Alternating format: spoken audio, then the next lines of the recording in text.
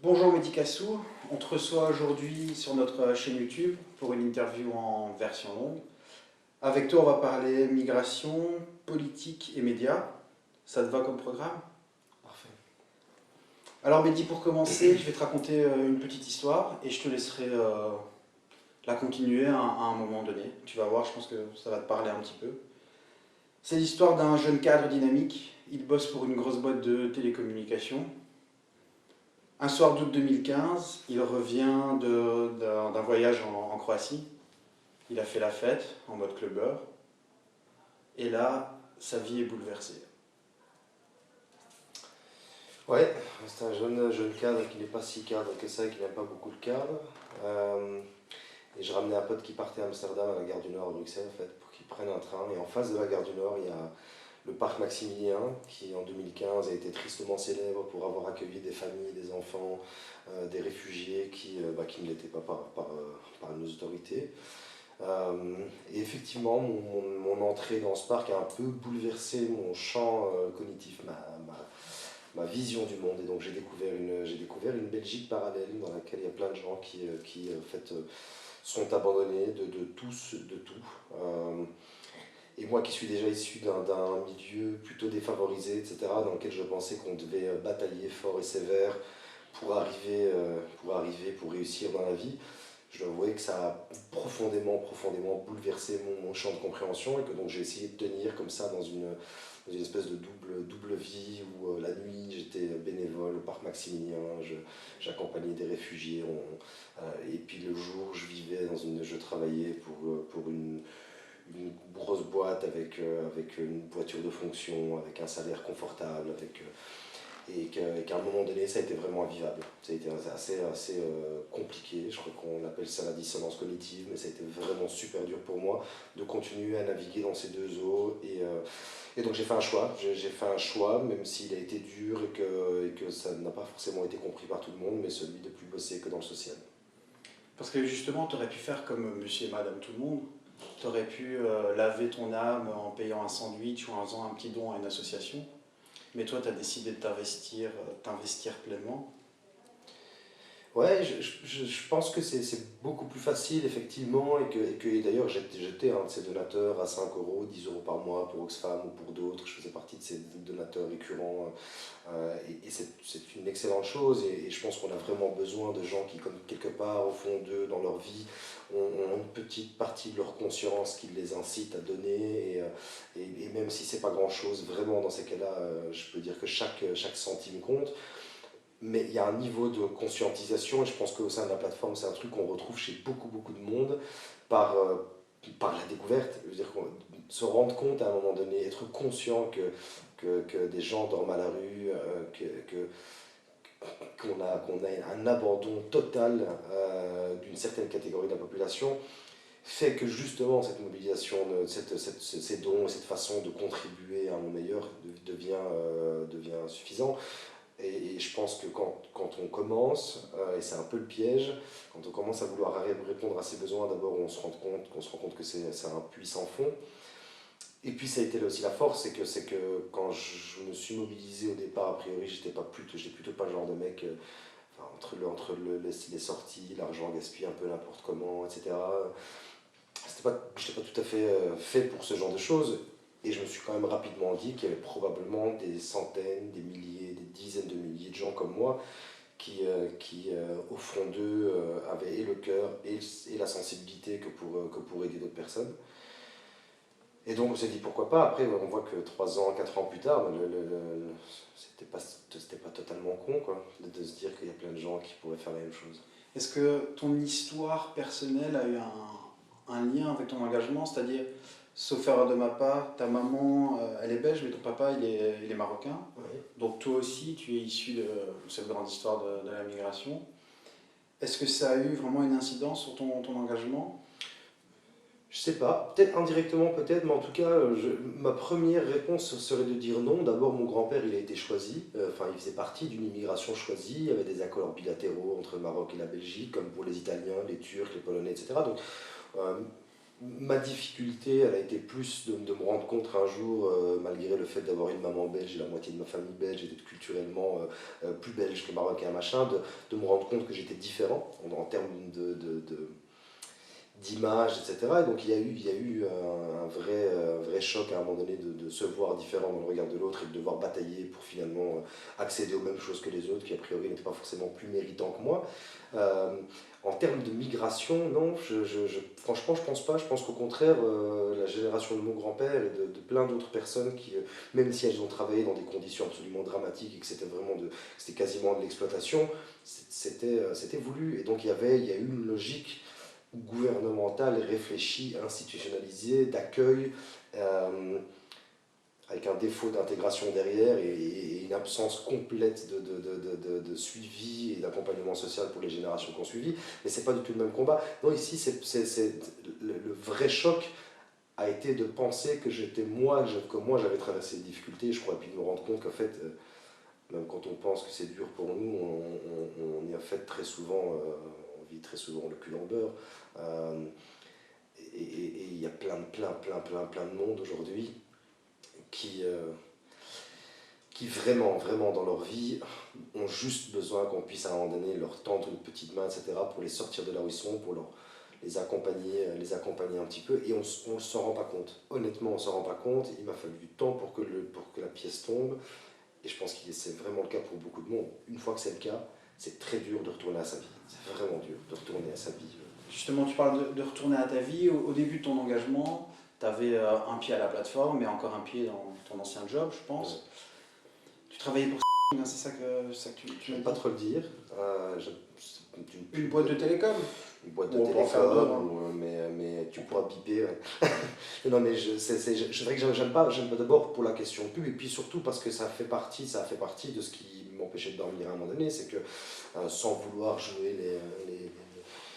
les grands militants environnementaux, machin, il y a eu à un moment donné un questionnement dans ma propre vie sur l'essence de mon boulot, et donc la première difficulté était la dimension consumériste, et puis ce à quoi je participais. Enfin, moi j'étudiais la com, machin, mon job était un peu coincé entre commercial, comme marketing, et donc ça c'était la première chose. Et puis quand on conscientise les points de départ et ce qui pousse à l'exode et ce qui pousse au départ beaucoup de monde, en plus super maltraités après en aval, on les traite de migrants économiques, etc. Mais il y a quand même au point de départ de beaucoup d'exodes, pas des industries, des mécaniques internationales, des consommations poussées à l'excès, et puis voilà, des franges de la population du monde exploitées. C'est bien ce que tu dis parce qu'en fait, tu as répondu à la question avant que je la pose.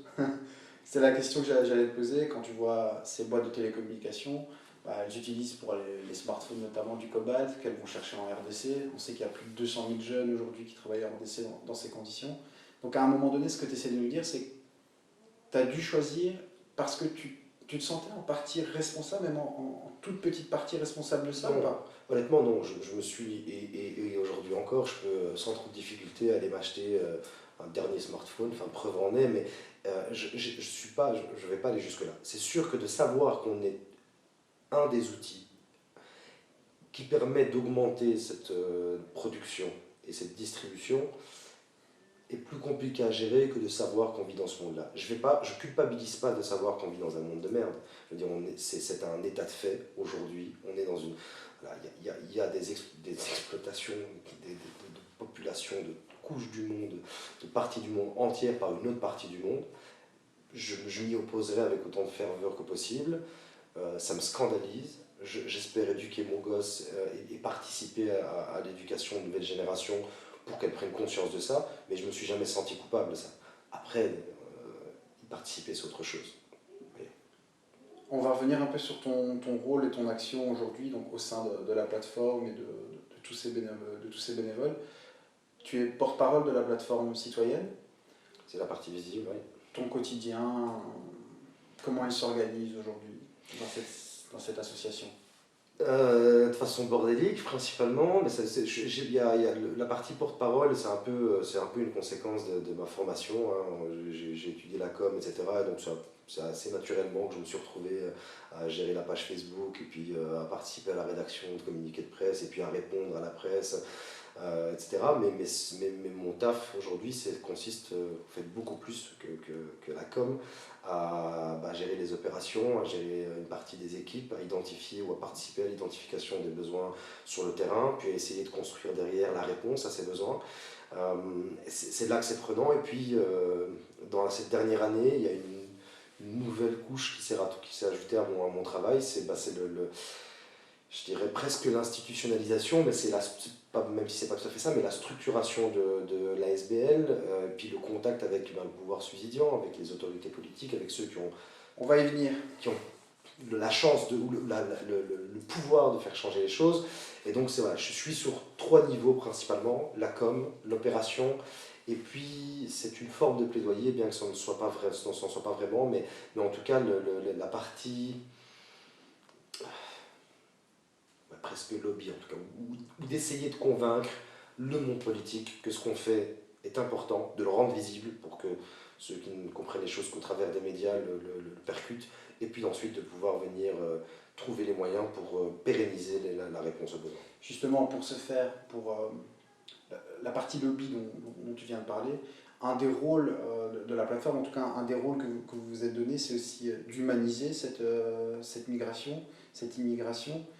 Vous cherchez à mettre des noms, des visages, des histoires derrière des chiffres et des statistiques un peu froides. Est-ce que tu peux nous raconter comme ça une histoire qui t'a particulièrement touché, marqué, qui t'a ému?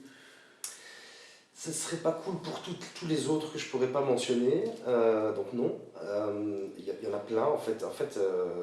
Pour être tout à fait honnête, j'ai rencontré plus de belles personnes sur 3 ans au parc, et quand je dis belles personnes, ce sont des gens dont les motivations sont extraordinaires, dont l'énergie est absolument dingue, dont les cœurs sont d'une générosité sans nom.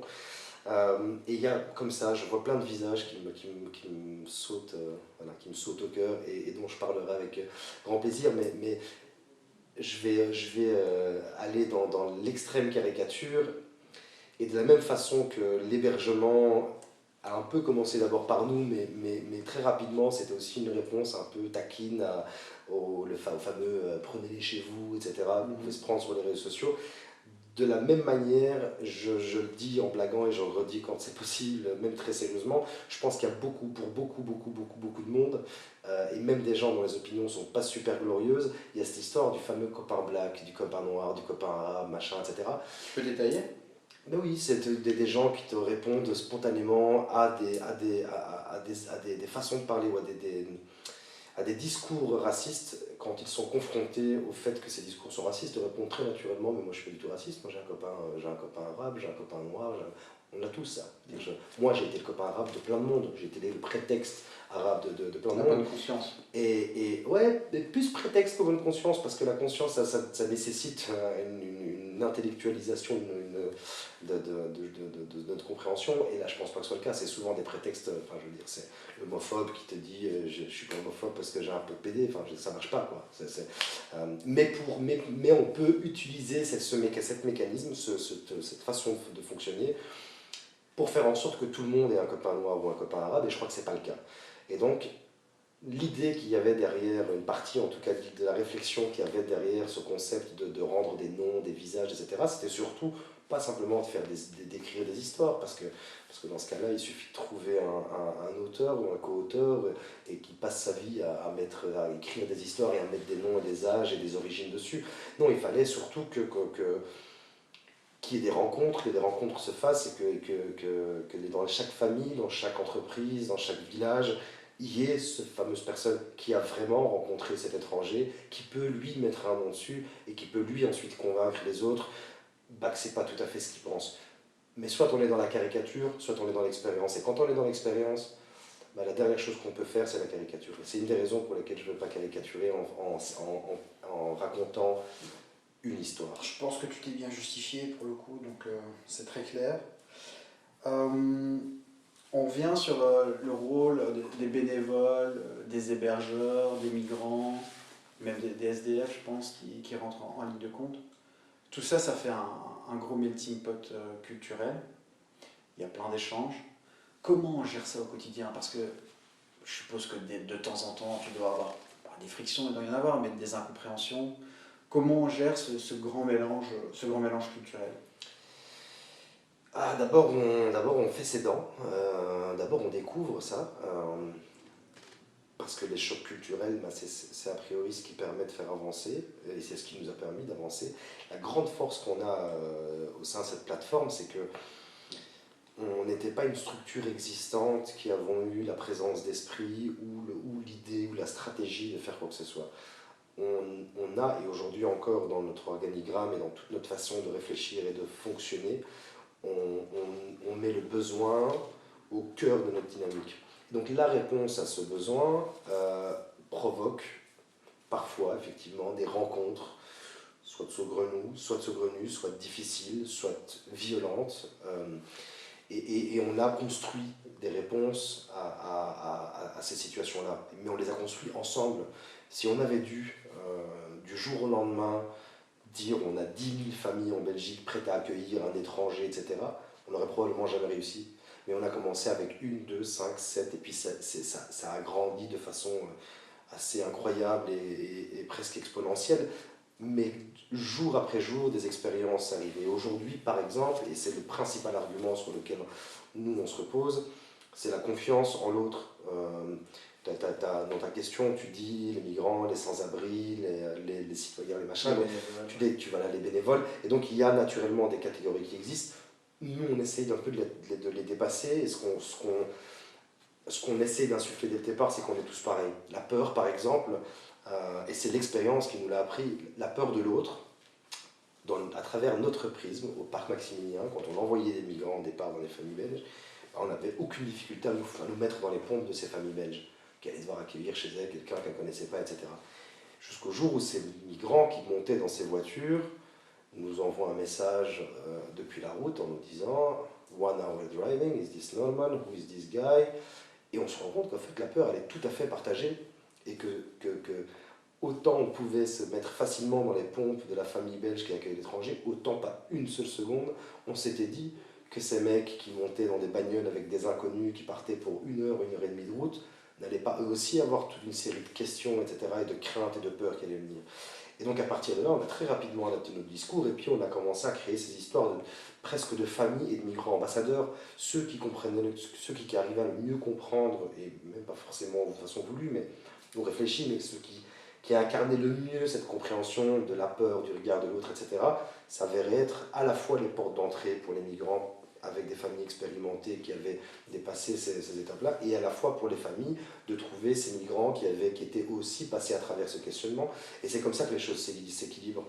Alors les moments de friction, euh, je raconterai peut-être après ou dans la foulée, mais il y a des moments de rencontres, de difficultés sociales ou de profils sociaux qui font que ça clash. Dans la réponse aux besoins, c'est très très rare que ça arrive. Quand on commence à vouloir faire cohabiter les différences, et quand je dis les différences, c'est les différences de souffrance, c'est pas la différence culturelle, le nom, la couleur de peau, l'origine, la langue. Non, ça, quand on a des gens, 10 personnes qui parlent une langue différente dans la salle, c'est toujours impressionnant de voir à quel point ils s'arrivent très rapidement à s'organiser pour communiquer entre eux. Mais si on met quelqu'un qui a vécu 6 ans à la rue, qui a eu une vie, qui a perdu tout ce qu'il pouvait, tout ce qu'il avait construit, tout ce qu'il pouvait avoir, et qu'on met à côté de lui quelqu'un qui est en pleine lutte pour gagner quelque chose ou construire sa vie, les points de départ ne sont pas les mêmes, les points d'ancrage ne sont pas les mêmes, et les conséquences sur la santé mentale ne sont pas les mêmes. Donc le mec qui est en train de lutter pour sa vie, pour construire sa vie, c'est pas le même mec qui est en train de lutter juste pour garder la tête hors de l'eau. La sensibilité n'est pas la même, la réaction aux facteurs extérieurs, aux agressions extérieures ne sont pas les mêmes, la réaction aux tensions ne sont pas les mêmes, et c'est ça qu'on a dû apprendre. Mais encore une fois, ça s'est jamais fait dans une logique de attention, on va compartimenter les choses. Non, on s'est juste rendu compte que quand on a commencé à ouvrir par exemple la porte du Lys, quand on a ouvert ce lieu, il y a des publics, les publics se sont mélangés. Pour nous, l'accueil est inconditionnel, donc on mélangeait ces publics, on mélangeait tous les publics.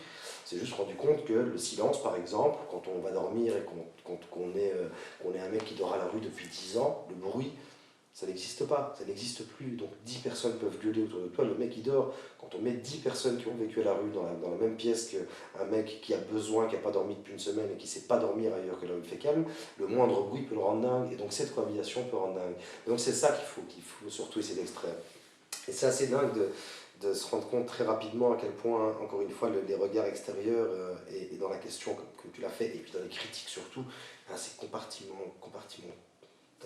de choses, C'est un peu et voulu. le SDF et machin. Non mais ouais, j'ai bien compris, mais c'est intéressant parce que dès qu'on dépasse ça, on se rend compte que dans la réponse aux besoins, c'est pour ça qu'on laisse toujours le besoin au cœur de notre action.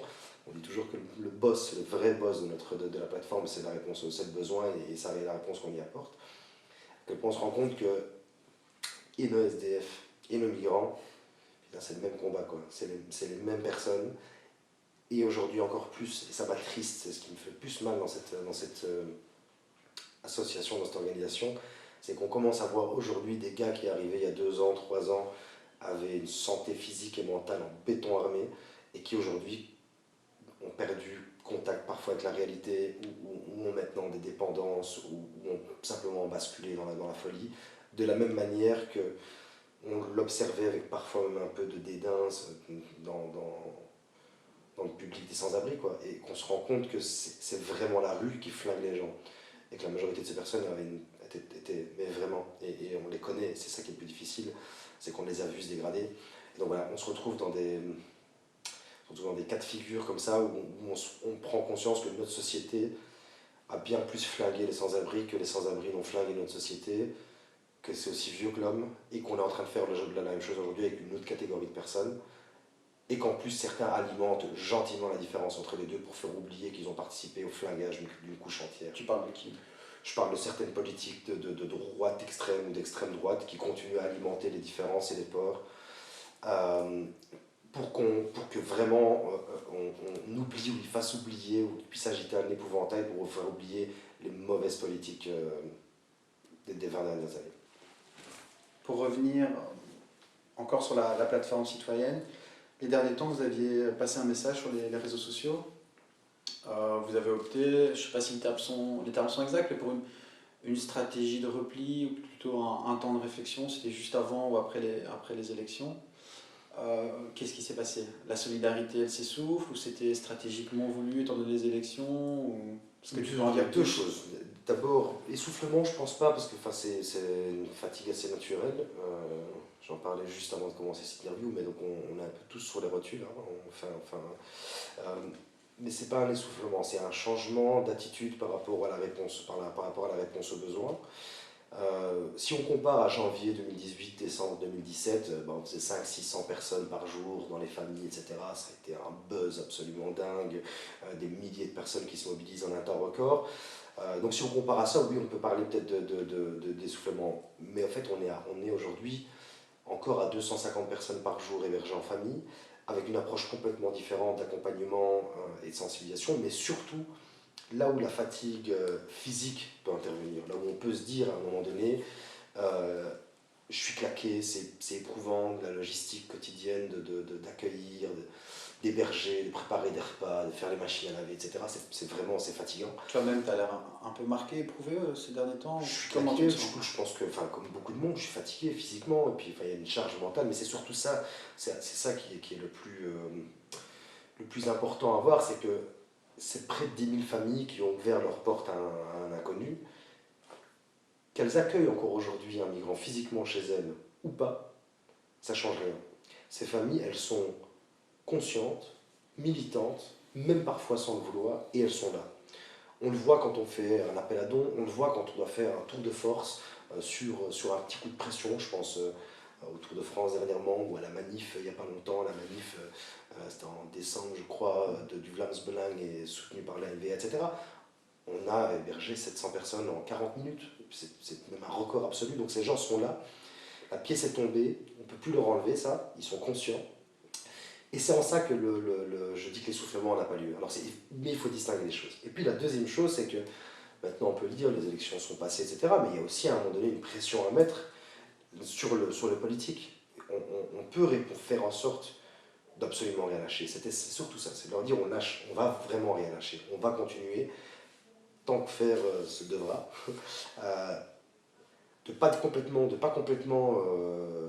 se retirer, et surtout pour qu'il puisse concrétiser, matérialiser cet effort qui est fait. Parce que l'invisibilisation d'une problématique, quand on y répond, avec beaucoup de moyens, fait que le politique, je vais paraphraser quelqu'un que j'admire beaucoup, mais sans le citer, mais il se reconnaîtra peut-être. Mais il y a une espèce de hiérarchisation des urgences et des besoins que le politique perd de vue dès qu'il a son fessier assis sur un siège de parlementaire. Juste avant, ton téléphone, il a chauffé ou pas? Pendant les élections, tu sais, quand ils faisaient les listes là, pour les Tu veux candidats. savoir si j'ai été Plutôt PS ou écolo? je répondrai pas à cette question. Elio ou Zakia alors? Même pas, ni Elio, ni Zakia, ni Nolé, ni Ton téléphone, il a chauffé? Mon téléphone a chauffé, mais mon téléphone a chauffé bien au-delà de. Enfin, en tout cas, chauffé. Non, en fait, c'était même pas avant l'élection ici, c'était bien avant. Mais oui, évidemment, il y a eu des perches tendues. Je pense que pour certains, c'était un peu maladroit et qui pensaient que naturellement, quelqu'un qui était visible et qui faisait dans le social allait avoir envie de transformer son action en action politique. J'ai un peu dit avant les élections et taquiné quelques copains d'ailleurs et copines qu'on faisait plus de politique en étant à la plateforme qu'en étant politicien. Sur certains aspects, je le pense encore, je le pense toujours. Après, c'est vrai que le levier politique et l'activation de moyens et voilà, de changement de paradigme ou de loi, j'en sais rien, enfin, tout ça appartient en politique. Et c'est vrai qu'être parlementaire facilite les choses dans ces cas-là. Mais je suis vraiment et fondamentalement, c'est pour ça que je te dis surtout que je ne peux pas répondre à quelle frange de la gauche j'appartiens. Je peux te dire que j'aime pas du tout les extrêmes, ni à droite ni à gauche, idéologiquement, que je peux comprendre et que je soutiens, j'aime pas mélanger les deux non plus, donc je serais plus enclin et que je comprends plus la radicalité de gauche que l'extrémisme de droite. Mais le problème, c'est que vraiment, si je trouve la matière intéressante dans les idéologies, si j'aime beaucoup certains individus, certaines individualités politiques partisanes, au PS, écolo, ou ailleurs, au PTB, même chez des filles, et même au MR d'ailleurs, même je suis vraiment incapable de faire un choix. Et ça, c'est peut-être moi que ça regarde. C'est toi que ça regarde, effectivement. Voilà, et c'est une porte que j'ai fermée très rapidement, tout simplement parce que je la trouvais opportuniste dans le chef de certains et que moi je me trouvais immature à certains endroits, politiquement, pour le reste aussi d'ailleurs, mais voilà, c'est pas une porte fermée pour l'avenir, c'est tout à fait possible. On va passer à autre chose, à une affaire assez importante. On voulait aborder avec toi l'affaire de la petite Maouda. Tu as apporté ton soutien à la famille, tu t'es engagé, tu as pris la parole. Est-ce que tu peux revenir brièvement sur ce qui s'est passé ce 17 mai 2018 vers 2h du matin? Oui, enfin en tout cas je peux te dire ce qui m'en a été dit, puisque les parents m'ont raconté. Il y a une première opération de police dans les opérations Médusa qui sont dirigées par le Premier ministre et par le ministre de l'Intérieur / sécurité Yann Yambon, qui met une pression de fou sur, je dis / sécurité parce qu'il a fait changer... Je pense au lapsus, Premier ministre et ministre de l'Intérieur. Oui, mais ça on pourra revenir dessus après, mais j'insiste sur sécurité parce qu'il a fait changer la dénomination de ministre de l'Intérieur. Yann Yambon n'existe plus ministre de l'Intérieur en Belgique, c'est un ministre de la Sécurité, et c'est lui qui l'a fait changer. Je trouve que ça en dit long sur sa personne et sur la politique qu'il voulait mener. Et donc il met une pression sur les polices, sur les zones de police, pour faire cette traque aux migrants / passeurs. Et une de ces opérations tourne mal, le chauffeur prend la fuite, il y a une course-poursuite qui s'entame pendant un peu plus d'une heure, et au bout d'une heure, un des véhicules de police qui entre dans la course-poursuite décide de sortir, un des policiers en tout cas décide de sortir son arme, et j'imagine pour arrêter le véhicule, ou pour impressionner le chauffeur, ou pour toucher le chauffeur, ou peu importe en fait, quelles étaient ses motivations, décide de tirer, et la balle malheureusement a atteint une gamine de 2 ans qui était passagère de la camionnette. Alors, avant même d'aller plus loin, je pense que c'est vraiment important pour moi, et j'ai essayé de le faire depuis le départ, de ne pas diaboliser ce policier. Je pense que c'est complètement con d'avoir sorti son arme et de tirer sur une camionnette qui roule à 90 km/h sur l'autoroute, encore plus quand on sait qu'il y a du monde dedans. Donc sa décision est imbécile, et je pense que c'est un humain comme tout le monde, et que donc il doit a priori s'en montrer les doigts. Mais je pense surtout que, et on l'a fait dès le départ, qu'il faut éviter de diaboliser tout un corps de métier. Euh, et je rappelle à chaque fois, et j'essaie toujours de faire le lien, qu'au départ, si l'hébergement par Maximilien a pu reprendre la plateforme, c'est parce qu'il y avait des flics. C'était les tout premiers qui nous contactaient pour nous dire il va se passer une opération, on n'est pas d'accord avec ça, faites quelque chose, faites-les évacuer. C'est la première chose. Et la deuxième chose, c'est que pendant les 6 mois qui ont précédé l'incident, la mort de Maouda, plusieurs chefs de corps, plusieurs zones de police ont envoyé chier le ministre de l'Intérieur, pardon, en refusant et en annonçant qu'elles arrêteraient de participer à ces opérations et qu'elles se concentreraient sur des missions, les missions qui étaient les leurs. En l'occurrence, ici, Yann Yambon a mis la pression sur les polices de l'autoroute, sur les polices locales, etc.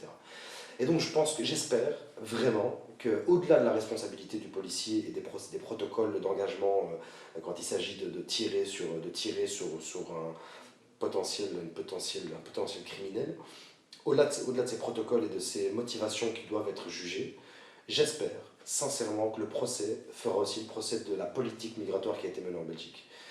Qu'on ira jusqu'au bout et qu'on ne s'arrêtera pas juste à la responsabilité du chauffeur ou du policier, parce que ce serait vraiment une insulte à la mémoire de Maouda, ce serait vraiment une insulte à l'intelligence collective, et ce serait une saloperie d'insulte à notre pays, à notre politique et aux conséquences qu'on est capable de tirer de ce genre de drame.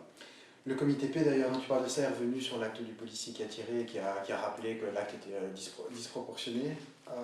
En revanche, dès le lendemain, tu dois t'en souvenir, dès le lendemain, la presse, les médias, on a affirmé que la petite, elle avait de multiples contusions. Était brandie par la fenêtre. Exactement, tu as même utilisé sa tête pour casser la vitre, je pense.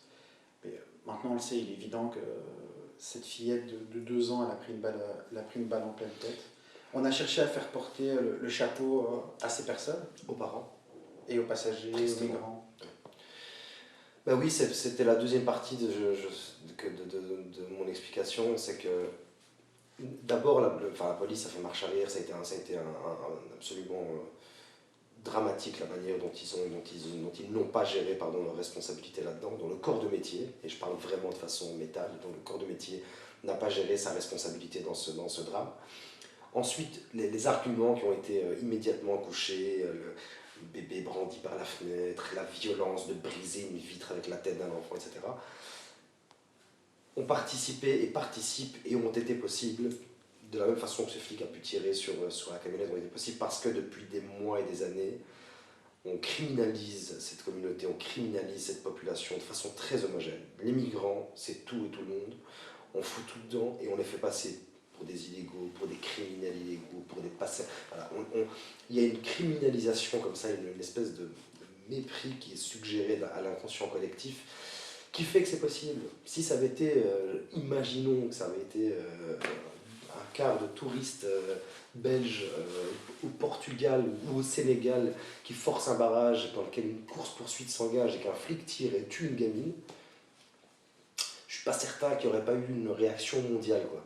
Et là, on a une poignée de migrants entassés dans une camionnette qui, a priori, n'ont rien de mieux ou de moins bien que toi et moi et que le reste de la population, si ce n'est qu'ils sont en train littéralement de se battre au quotidien en vivant dans des conditions de merde pour essayer d'arriver à un endroit où ils vivront un petit peu mieux que ce qu'ils avaient jusque-là.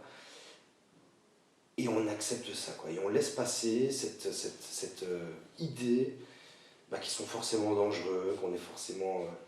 Et quand une des gamines de ces gens-là se fait flinguer, on laisse passer un discours aussi répugnant qu'ils sont capables, les migrants, d'instrumentaliser, de mettre au péril la vie de leurs propres gosses. Bart de Wever avait dit que c'était la faute des parents, je pense. J'ai un mépris assez profond pour cet individu. J'ai beaucoup de mal à comprendre qu'on puisse avoir un background comme le sien et être aussi répugnant par rapport à l'humanité. C'est encore une fois une question d'idéologie, j'imagine. Mais j'ai toujours un peu d'espoir dans l'intellectuel, en me disant que l'intellectuel, le bourgeois intellectuel, est peut-être le sauveur de notre civilisation. Quand je vois des mecs comme De Wever sortir des énormités pareilles avec le background qu'il a et l'intelligence supposée qu'il a, ça m'inquiète pour l'avenir. On reviendra à ce sujet après, mais on va encore se centrer un peu sur l'affaire Maouda et ce qui tourne autour.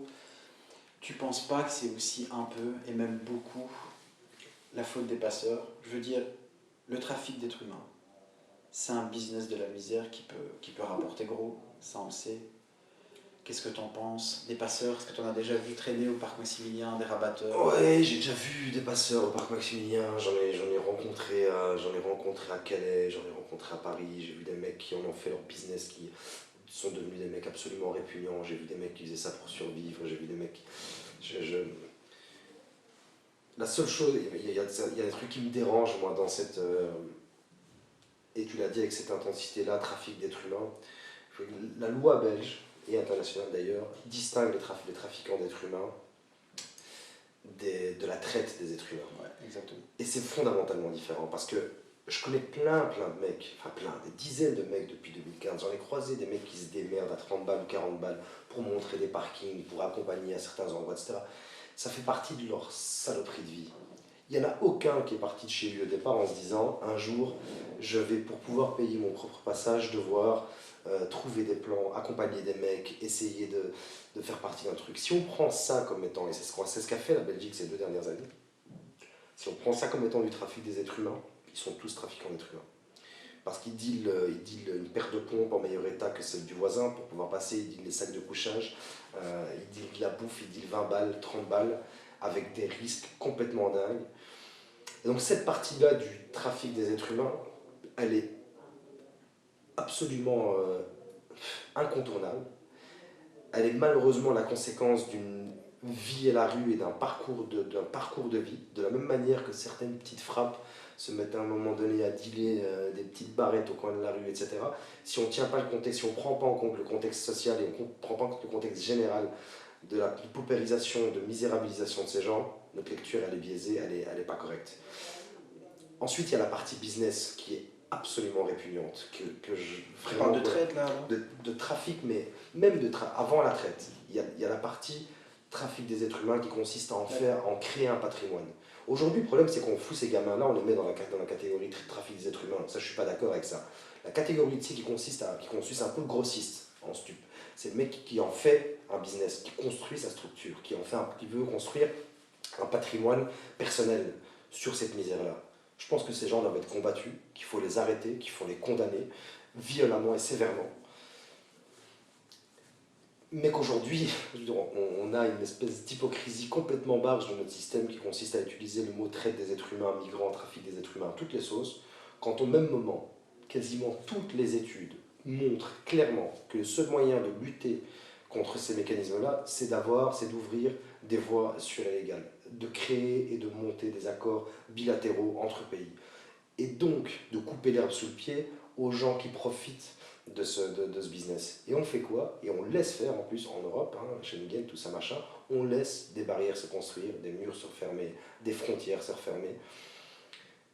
Je ne vois pas comment on peut prétendre systémiquement vouloir lutter contre le trafic des êtres humains en montant des barrières. La seule chose que ça fait, ça augmente le trafic, ça augmente les prix, ça rend plus dangereux le passage des migrants. Ils n'ont aucun accès à la justice, aucun accès à absolument rien. La seule chose que ça les force à faire, ensuite la deuxième phase, c'est à se retrouver parfois, pour les femmes, les enfants, les personnes âgées, instrumentalisées,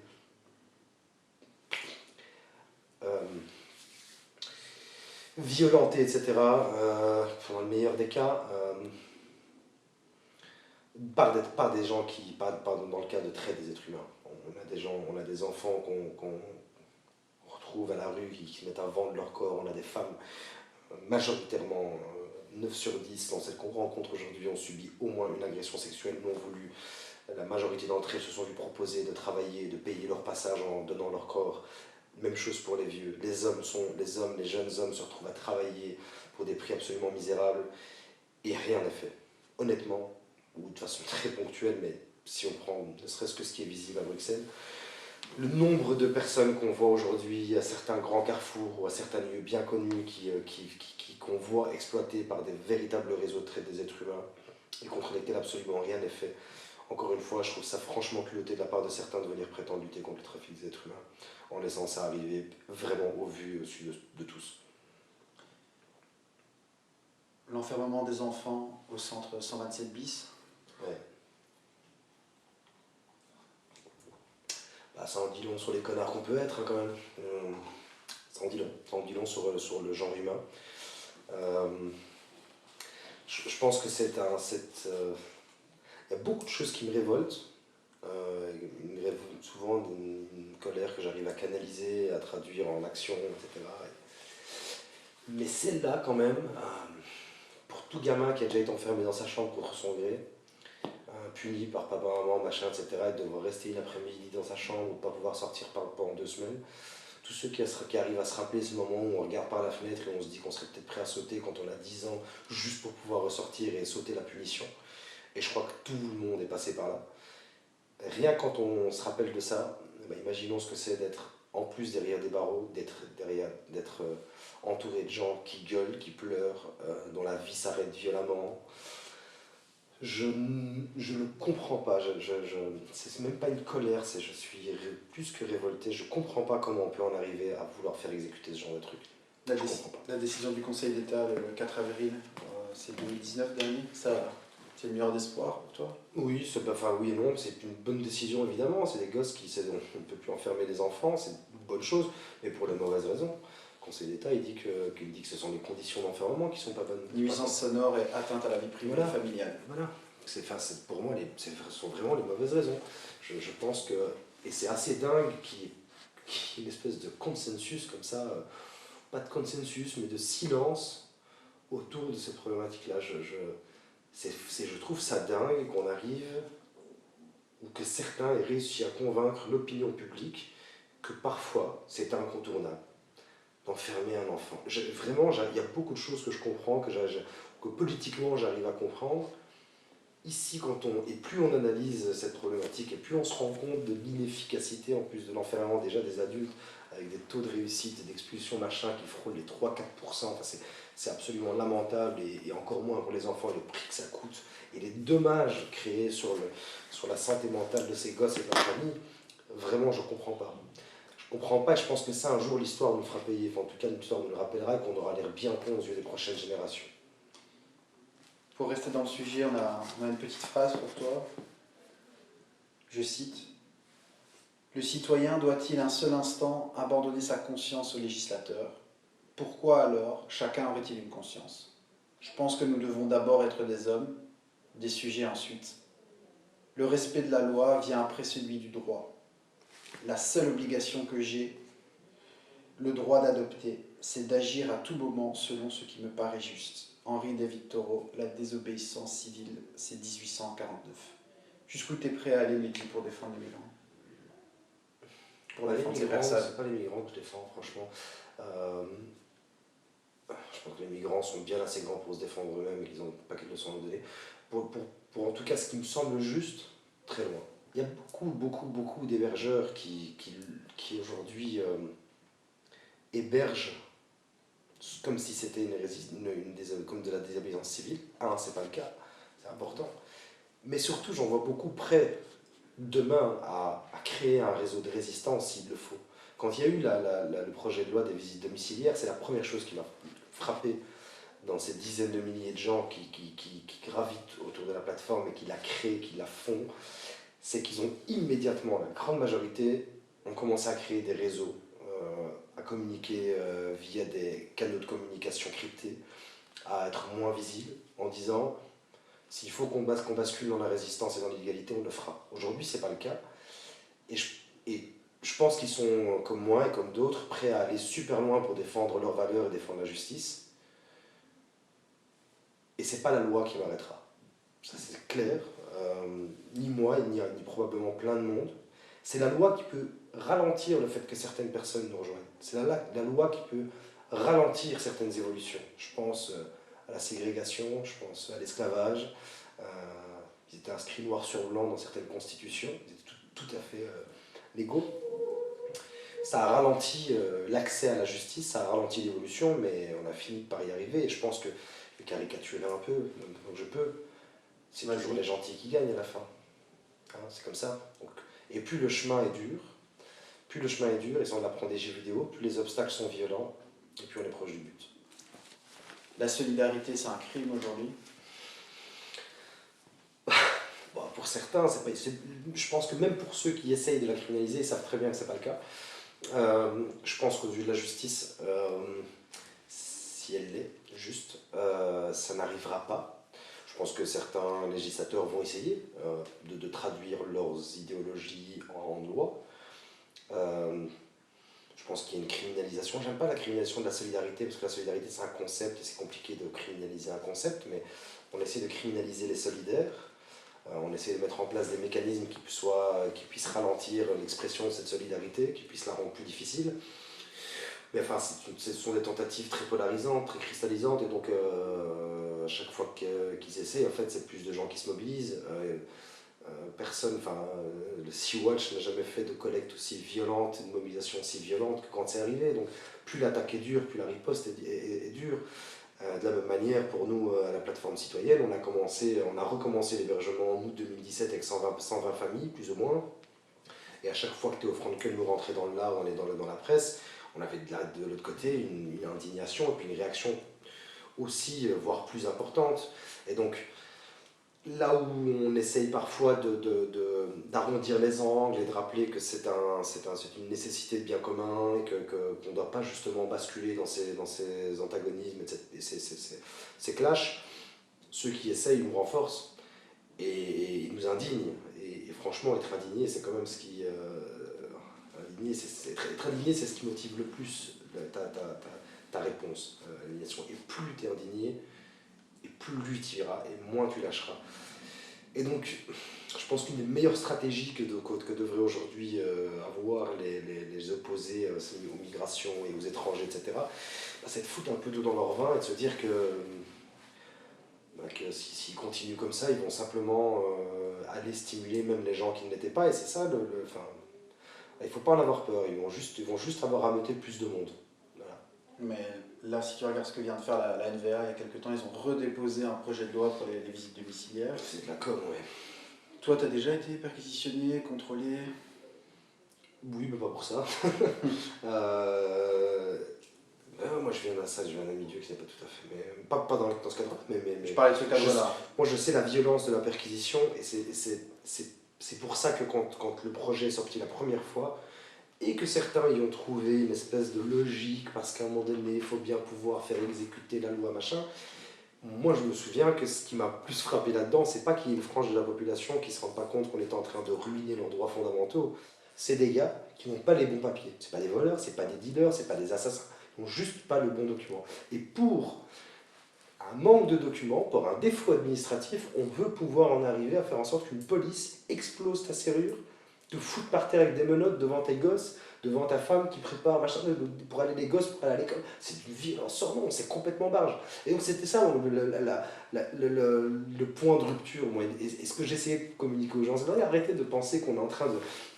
qu'il faut combattre cette idée, machin. Non, c'est juste la violence, la proportionnalité de cet acte. Il est beaucoup trop violent que pour ce qu'on essaie de faire exécuter. Oui, je suis d'accord. Il faut à un moment donné pouvoir faire exécuter les lois et aller au bout des procédures, et il faut trouver des mécanismes qui permettent d'aller au bout des lois. Mais ne venez pas, je veux dire, c'est quoi la suite? C'est un coup de pelle dans la gueule, on t'assomme, on te sédate, jusqu'où on va? Jusqu'où on va pour régler un problème administratif? Et donc voilà, c'est la proportionnalité entre les deux. Et ce qui est fou, c'est que devoir parler de proportionnalité avec le législateur, c'est assez dingue parce que le seul endroit où c'est inscrit dans la loi, et dans le droit, en fait, c'est dans les aspects juridiques. Il n'y a que les tribunaux, les juges d'instruction qui doivent a priori mesurer la proportionnalité d'une réponse à une action. Et se retrouver à devoir le faire avec le politique. Moi, j'ai été auditionné par la Chambre des représentants dans le cadre de ce truc-là. Et c'est la seule chose que je leur ai dit. J'aurais dit, d'abord, je me rends compte que vous n'avez pas posé toutes les questions. Donc que législateur, c'est un peu inquiétant qu'un tel projet arrive à ce stade-là, alors qu'il y a quand même des droits fondamentaux, une proportionnalité qui n'est pas réfléchie, pas discutée. Et puis dites-vous juste que moi, ça me fait flipper, quoi. Ça me fait juste peur, et j'entends autour de moi que ça fait peur. Et pour une fois, et j'aime pas ces rapprochements, j'aime pas les raccourcis historiques, mais pour une fois, vraiment, c'était là, le bruit des bottes, il se faisait quand même vachement fort, quoi. C'est des mesures d'état d'urgence, ça, dont tu parles, quand la police C'est intervient. complètement marge, c'est une fin d'état d'urgence et encore, j'en sais rien, ils ont fait ça en France, mais ça a donné lieu à il y a eu un effet pervers complètement barge post-attentat en France. Enfin, ils ont décidé qu'ils pouvaient raider comme ça, perquisitionner les maisons de tout fichier S. D'abord, définissons ce qu'est un fichier S, parce qu'on s'est retrouvé avec des militants écologistes, avec des machins. Tout le monde, je suis peut-être moi fichier S aujourd'hui, je suis peut-être considéré comme, j'en sais rien quoi, et on ne sait pas, et on a découvert ça en France, on a découvert qu'en fait, fichier S, on nous a refourgué ça comme toute personne potentiellement dangereuse capable de commettre un acte terroriste. En fait non, en fait tu as des militants écologistes, t'as des militants politiques, tu as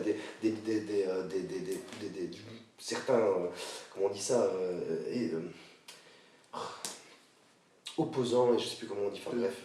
Ouais, des opposants. Des qui se retrouvent perquisitionnés, privés de liberté, assignés à domicile, etc. C'est chaud quoi. On va où avec ça? Et qui sont ces... Alors définissons ensemble ce qu'est un fichier S, et peut-être qu'après on pourra discuter de ce qu'on met en place et pour quelles raisons on le met. Je pense surtout que c'est vrai, c'est une dérive assez fascisante de l'outil démocratique, quoi. On va se recentrer sur la question migratoire. Si je prends les statistiques du CGRA, c'est le Commissariat Général aux Réfugiés et aux Apatrides. Vas-y. La Belgique, elle a reçu en 2015, je pense que c'est le moment où ton action toi, a vraiment débuté en 2015. Cette année-là, la Belgique, elle a reçu... Pardon 60 000 demandes d'asile. Moi, j'avais 35 476. Ça, c'est des confirmations. Ouais, du CGRA. Et au même moment, au Liban, on dénombre plus d'1 million de réfugiés syriens. Ouais. Ce qui représente 30% de leur population. En Europe et en Belgique, on parle de crise migratoire. Tu es d'accord avec ce terme? C'est drôle, hein. C'est drôle, hein, parce qu'effectivement, on en parle beaucoup, hein, juste sans aller jusqu'à la situation du Liban ou de la Jordanie, qui accueille aussi un peu moins d'1 million de réfugiés palestiniens, ou du Pakistan, ou de la Turquie avec 3 millions. Enfin bref, sans aller jusque-là, la Belgique aujourd'hui, le sujet de migration dont on parle là depuis des années, là, des mois, en tout cas depuis au moins 2015, crise migratoire, aujourd'hui, en Belgique, il y a environ 1000 migrants dits en transit, à son pic. Et donc tout ce foin qu'on a fait autour, la NVA, un gouvernement qui tombe sur la question des migrations, c'est pour 1000 personnes, donc c'est lamentable.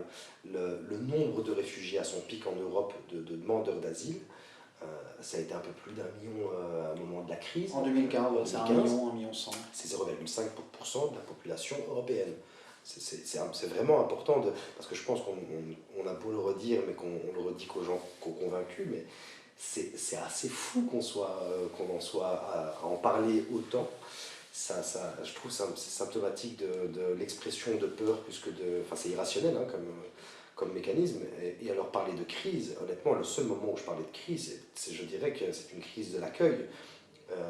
C'est tout. Il n'y a pas de crise, enfin une crise, mais oui, il y a une crise migratoire mondiale, clairement. Il va y avoir, et ce qu'on a vu là, c'est peanuts. Je veux dire, quand on va commencer à avoir la moitié d'un continent qui sera aride et invivable pour l'homme, à ce moment-là, on aura une véritable crise migratoire. Des exodes, des grands déplacements de population, comme on a pu en connaître, comme l'humanité a pu en connaître. Et franchement, vu notre aptitude aujourd'hui à répondre à ces quelques centaines de milliers de personnes qui arrivent en Europe ou ces quelques milliers de personnes qui arrivent en Belgique, moi je suis pas très rassuré pour l'avenir. Je me dis qu'on va être quand même un peu nul. L'Union européenne, elle a trouvé la solution. Tu en parlais tout à l'heure, les accords bilatéraux avec la Turquie, là, ceux de mars 2016. On a trouvé un accord qui nous permet de réduire la route du Balkan. D'abord, fais attention à ce que tu dis, parce que ce ne sont pas des accords. Hein. Certains ont essayé d'attaquer la Turquie et l'Europe sur ce fameux deal, mais il n'existe pas sur papier. Moi, ce que j'ai appris, c'est que quand on essaye à un moment donné d'empêcher de l'autre passer, elle finit par trouver d'autres moyens, et qu'à des moments, même le plus grand des barrages peut craquer. Et que là, en l'occurrence, c'est ce qui est en train de se passer avec la Turquie, on le voit avec les Syriens, etc. Mais il y a juste une incapacité, on ne peut pas contenir comme ça des gens et jouer les chiens de garde d'un continent ou d'une communauté, ou j'en sais rien, ou d'une politique, sans qu'à un moment donné ça ne craque. Et puis ça montre juste notre incapacité à franchement à trouver des vraies solutions. Mais avant d'arriver jusqu'en Turquie, la Convention de Genève, les accords de Dublin, c'était déjà ça, hein. C'était déjà refourguer la patate chaude au pays d'entrée. Je pense à l'Italie, je pense à l'Espagne, je pense à la Grèce. Aujourd'hui, ces trois pays sont sous pression parce qu'ils sont les portes d'entrée de l'Europe. Prétendre qu'on va trouver des solutions en décalant cette porte d'entrée en Tunisie, en Libye, en Turquie, au Maroc, en tout cas dans les pays frontaliers outre-mer avec l'Europe, c'est preuve d'un amateurisme et d'une bêtise sans nom. D'abord, on a l'homme, et ceci je paraphrase, je ne sais plus qui, mais on a quand même inventé des bateaux pour traverser les mers, les avions pour aller le plus haut et le plus loin possible. Je suis pas certain que ce soit un mur et quelques barbelés qui empêchent l'homme de voyager. Hein. Ça Ça se saurait. Ouais. ça se saurait exactement. Et puis ça montre juste notre incapacité à trouver des vraies solutions. On voit aujourd'hui ce que ça a donné d'essayer de contenir, des gens dans une situation dramatique. Aujourd'hui, les accords de Dublin et la façon dont l'Europe a géré certaines arrivées ou certains pics de migration sont responsables de Salvini. Aujourd'hui, les seuls vrais responsables de Salvini, ce ne sont pas les Italiens, c'est l'Europe. Salvini est la conséquence de Dublin et de ces politiques européennes qui ont été menées, de l'austérité, etc.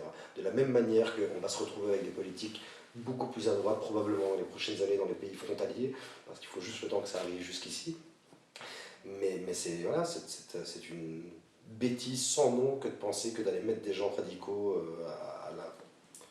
à la contention en Libye, etc., va changer quoi que ce soit. J'ai une petite citation pour toi, je pense qu'elle va te plaire. Tu connais Stephen Smith, celui qui a rédigé le bouquin La ruée vers l'Europe, qui a fait grand bruit à un moment donné? Vaguement, oui. Je prends un tout petit extrait, mais il y a plein de perles comme ça dans le bouquin.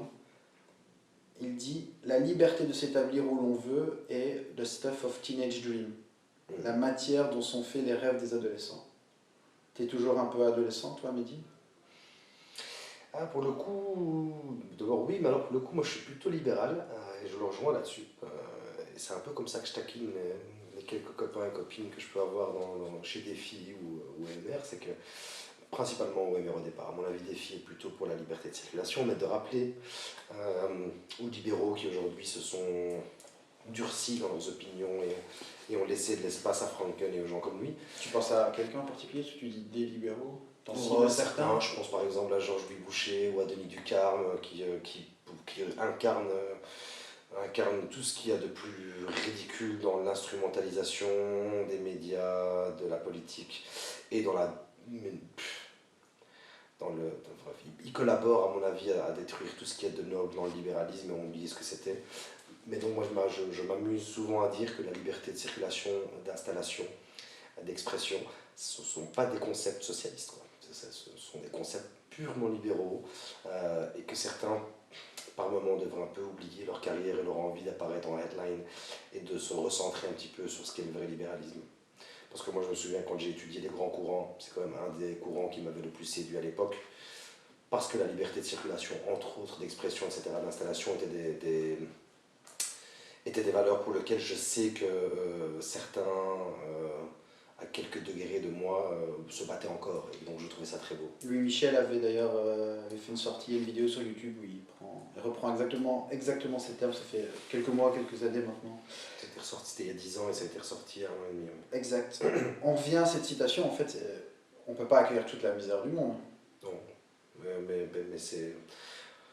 D'abord, il faut terminer cette phrase, hein. On ne peut pas accueillir toute la misère du monde, mais chacun doit en prendre sa part. Ça, c'est la phrase complète. On ne peut pas l'oublier, il y a une et ensuite, qui définit la misère? Enfin, allons demander au sultan de Brunei ce que c'est la misère, et je suis certain que peut-être même que Bill Gates, pour lui, est un miséreux. Donc ça dépend un petit peu de ce qu'on appelle, de ce qu'on définit la misère. Et ensuite, je pense que si on ne veut pas accueillir toute la misère du monde, il faut qu'on répartisse un peu mieux les choses. Qu'on fasse un petit pas en arrière, qu'on observe tout ce qu'on a pu obtenir, tout ce qu'on a pu acquérir, tout ce qui a pu être construit, de se demander pourquoi certains en profitent un peu plus que les autres et comment on peut essayer de faire en sorte de ne pas devoir l'accueillir, cette misère, peut-être tout simplement de la faire disparaître. Le meilleur moyen de ne pas avoir à accueillir la misère, c'est qu'elle n'existe pas. Excuse-moi, je t'interromps, mais tu parles aussi de l'action de, je vais dire l'Union européenne, mais des différents États membres, leur action actuelle dans les pays, l'Afrique, l'Asie, là où on a, d'où proviennent les gens, notre action actuelle dans ces pays, tant en économie qu'au Moi, niveau. je suis pas un expert du tout, hein, donc enfin, Bon, ton c'est ressenti. c'est toujours un peu délicat. Après, moi, je peux parler de mon ressenti. Moi, j'ai parfois l'impression que l'Europe a toujours ce côté un peu caritatif, hein, tu vois, une espèce de charité comme ça, judéo-chrétienne, qui fait qu'on va encore un peu un petit parfum de post-colonialisme, tu vois, où on va encore un peu pour apporter des belles choses, construire de belles choses, machin.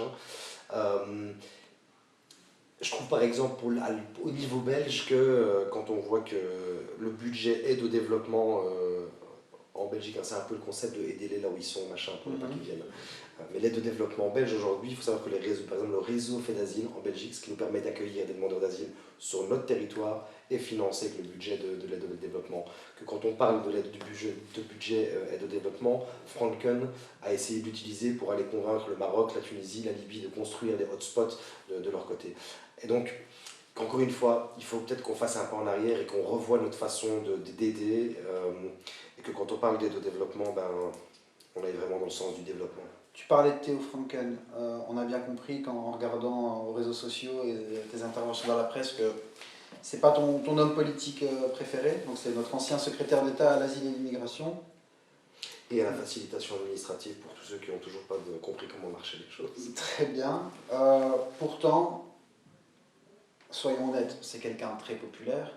Si je prends les chiffres des dernières élections, Théo Franken, au niveau de la Chambre, fait 122 000 voix, c'est le Il fait troisième. moins de voix que Guy Repos. Ouais, à 3 000 voix près, mais c'est le Mais il fait moins de troisième. voix que Guy Repos, et donc c'est important parce que je pense que quand on parle de populaire, c'est le cas, c'est très important de ne pas tomber dans le jeu qui est le sien aujourd'hui, c'est de faire oublier qu'il y a d'autres gens, d'autres hommes politiques et partis et familles politiques extrêmement fortes. Tu sais qui est le quatrième? Qui est quatrième, le Vlaams Belang, je crois. Van Grinken, ouais. Mais oui, mais c'est tout à fait. Moi, je suis bien conscient hein, que les populos ont gagné du terrain et que ces gens ont appris à faire de la politique comme on tweet et donc à résumer leurs saloperies en 140 à 280 caractères, etc. Et que ça marche, qu'on a besoin d'une éducation plus importante, qu'on a besoin d'une conscientisation plus importante, qu'on n'est pas.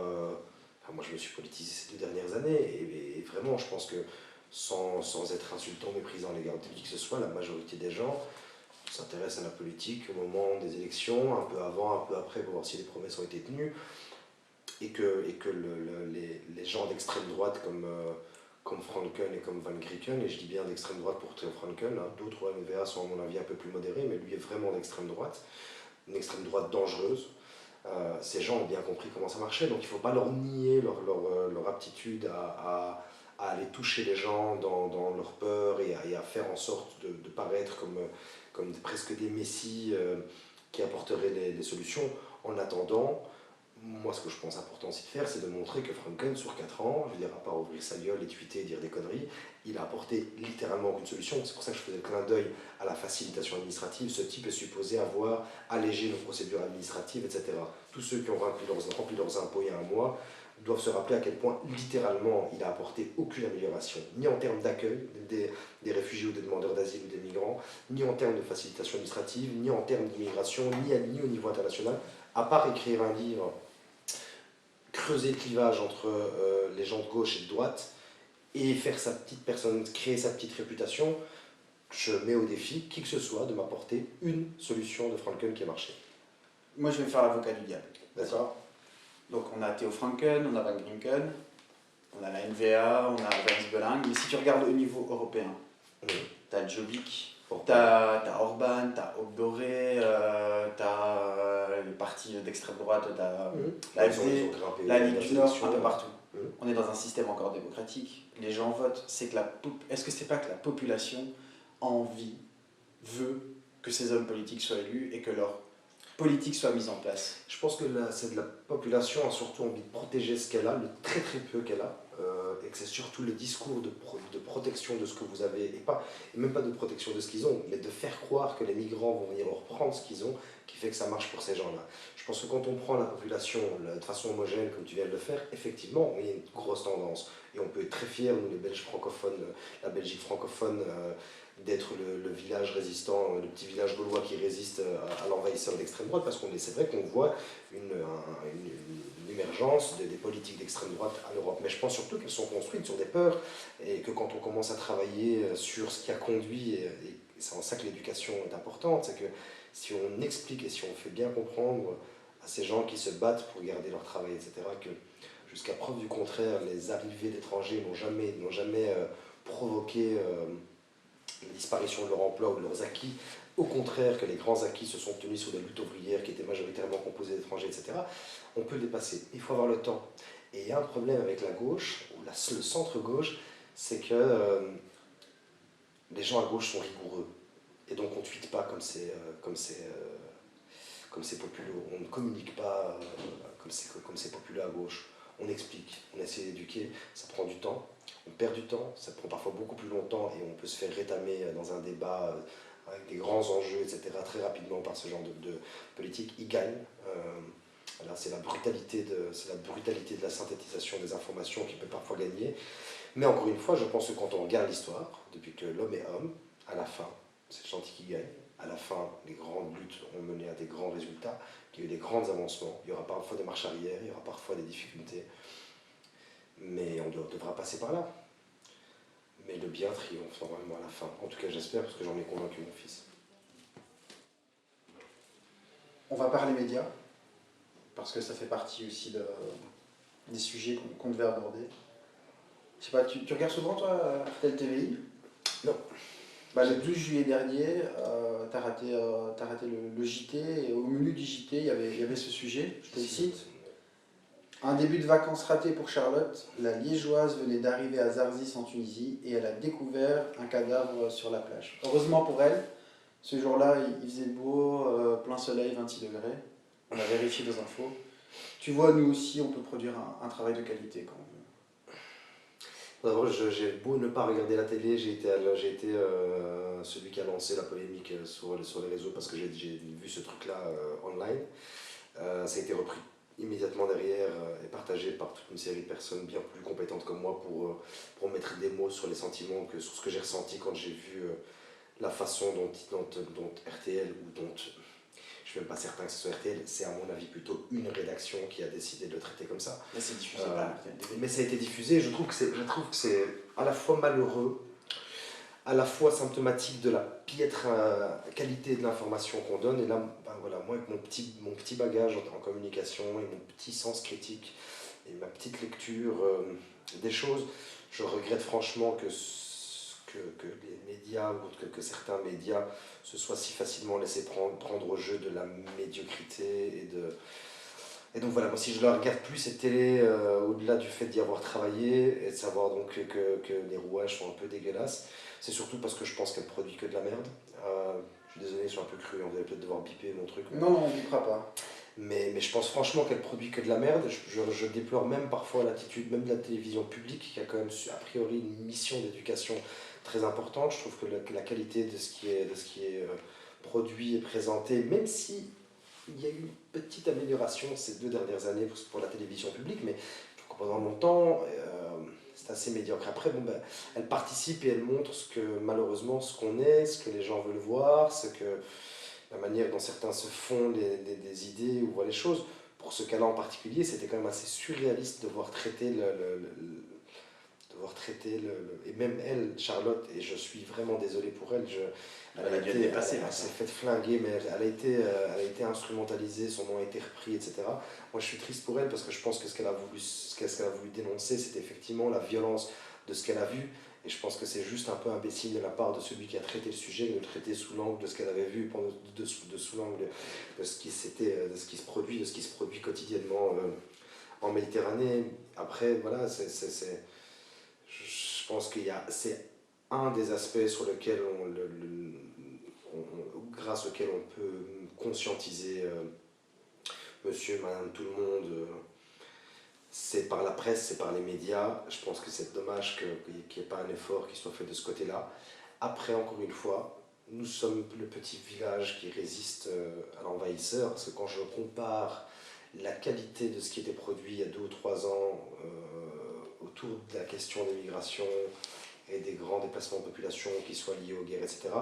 On est quand même aujourd'hui dans une approche un peu plus qualitative, au moins à l'écrit, où il y a des distinctions faites entre un migrant, un réfugié, un demandeur d'asile, un sans-papier, etc. Il y a une tendance, je trouve, une petite amélioration dans les nuances qui sont apportées. Et j'ai pas du tout envie de participer à l'idée que les journalistes ne font que de la merde, ou que les médias ne font que de la merde, ne disent que de la merde. Je pense que c'est trop souvent utilisé, je pense que c'est un des éléments qui permet au populo de fonctionner. Franken est un chef en la matière, hein, de traiter toute la presse, de presse de gauche, etc. etc. Et que c'est un des arguments qui est utilisé par les populistes pour arriver à leur fin, pour décrédibiliser la presse de la même manière qu'ils criminalisent d'autres. Et donc il faut juste participer au rappel de temps en temps, ou à la demande d'une presse de meilleure qualité, de médias de meilleure qualité, sans pour autant les flinguer, en se rappelant qu'ils sont aussi dans un contexte, de ne pas tomber dans le jeu de la division, même avec la presse. Je vais te poser une question qui a déjà en partie répondu, mais c'est peut-être le moment de s'étaler un peu sur ça. Si on regarde, il y a un eurobaromètre là, qui est sorti, on voit que une des premières craintes, la première crainte de la population belge, les menaces selon... C'est l'une des premières préoccupations. Ah, non, quand tu regardes en anglais, c'est la peur pour le pays. Donc le top 3 pour la population belge. En Belgique, pas l'Union européenne, mais en Belgique, 28% la migration, ensuite seulement la dette publique, et le troisième point, c'est le climat. Donc c'est les menaces ou les peurs pour l'État. Comment t'expliques ça? Parce qu'il n'y a que 1000 personnes, tu l'as dit, il y a 1000 transmigrants. Mais je trouve justement que c'est ça qui est intéressant, c'est de voir comment une non-existence sociale peut être traduite en réelle inquiétude par de la com. Et donc, je trouve que c'est symptomatique de ces attitudes. On a une ultra-présence dans les médias des migrants, de la question migratoire, machin, etc., qui fait que dans l'inconscient collectif, on pense, franchement, je vois la tête des gens se décomposer à chaque fois que je dis, mais vous savez qu'on parle de 1000 personnes, et vraiment, les gens hésitent, quoi. Ils disent, bah non, enfin, il ment, ou il dit ça parce qu'il défend les migrants. Mais non, et je trouve que ces résultats sont symptomatiques de ce qu'on réussit à refourguer à la population. Je trouve, et vraiment, si on regarde un peu, même en termes de présence médiatique, le climat, s'il n'y avait pas eu ces 6 derniers mois de présence, il ne serait pas dans ce top 3. Jamais il y aurait eu le terrorisme, il n'y aurait pas eu le climat. Et donc il y a une corrélation, enfin, encore une fois, je suis tout sauf c'est un spécialiste de la question, mais en termes de com, moi je ne peux pas faire sans voir de lien entre la manière dont on parle des choses et la manière dont c'est perçu et ressenti. De la même façon que certains ont fait l'exercice d'aller demander à une certaine période, au moment où on traitait beaucoup de la question du terrorisme, etc., des islamos, machin, où on pose la question là, en micro-trottoir de savoir combien il y a de musulmans ou d'arabes en France ou en Belgique, et on se retrouve avec des chiffres complètement aberrants, 25%, 30%, ça va être 5%, alors qu'on est à 5 ou 6% à la fin. Mais donc, il y a une corrélation très claire, à mon avis, entre les deux.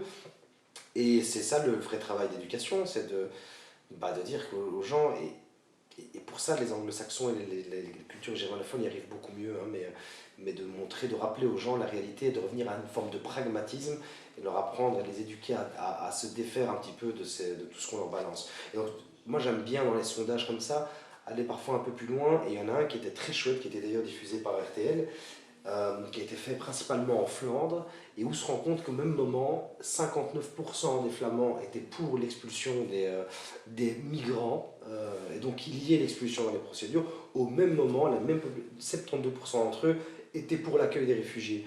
Et moi je trouve que c'est symptomatique pour avoir fait une classe primaire chez les Flamands et de les connaître un peu de l'intérieur, je trouve que c'est symptomatique d'une culture où on te dit l'expulsion, ça fait partie des procédures, machin, etc. C'est le cadre. On est tout à fait d'accord, il faut exécuter ce cadre et on doit coexister dans un cadre, mais au même moment, tu en as 72% qui disent mais enfin, quand il y a quelqu'un qui crève de faim, je ne peux pas le laisser mourir de faim, quoi.